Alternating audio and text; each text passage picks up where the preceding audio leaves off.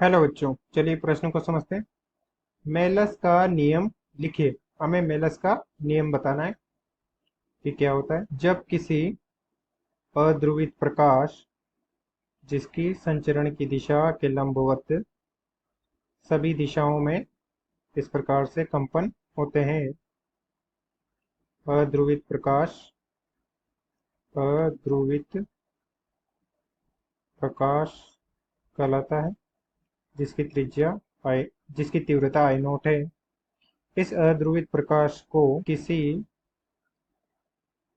Polaroid पर आपतित किया जाता है तो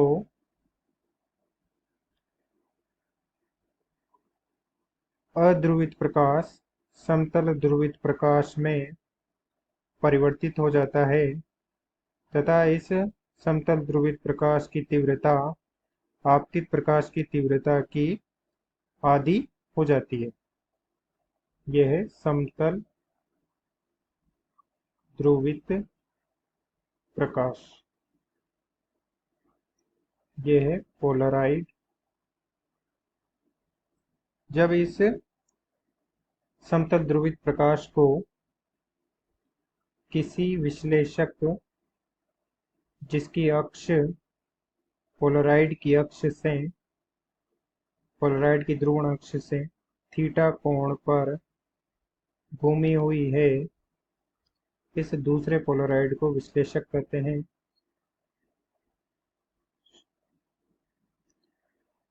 थीटा कोण पर घूमी हुई है इसकी ध्रुवण अक्ष, तो इस समतल ध्रुवित प्रकाश का कुछ ही भाग निर्गत हो पाता है।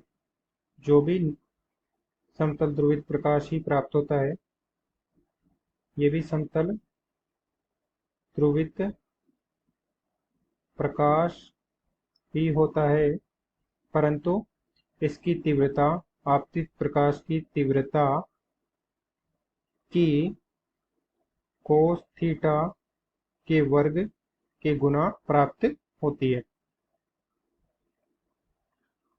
जो कि निर्गत प्रकाश की तीव्रता है।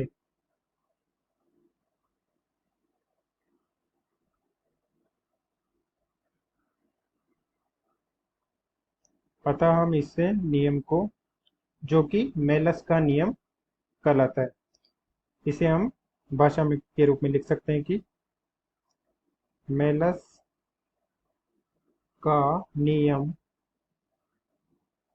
होता है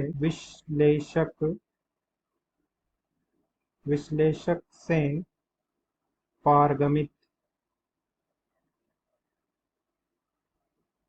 ध्रुवित प्रकाश की तीव्रता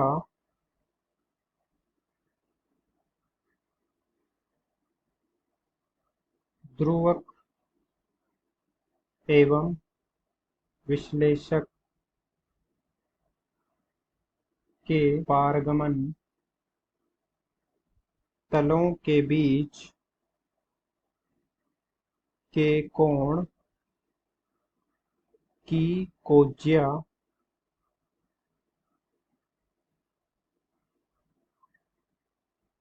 के वर्ग के समानुपाती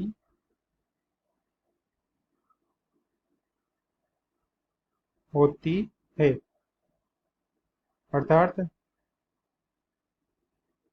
निर्गत प्रकाश की तीव्रता, निर्गत तीव्रता I डैश बराबर आपतित तीव्रता की तथा दोनों ध्रुवक तथा विश्लेषक के पारगमन तलों के बीच का कोण, अर्थात उनकी ध्रुवण अक्षों के बीच का कोण थीटा की कोज्या यानी कि कोसाइन के वर्ग के समानुपाती होती है।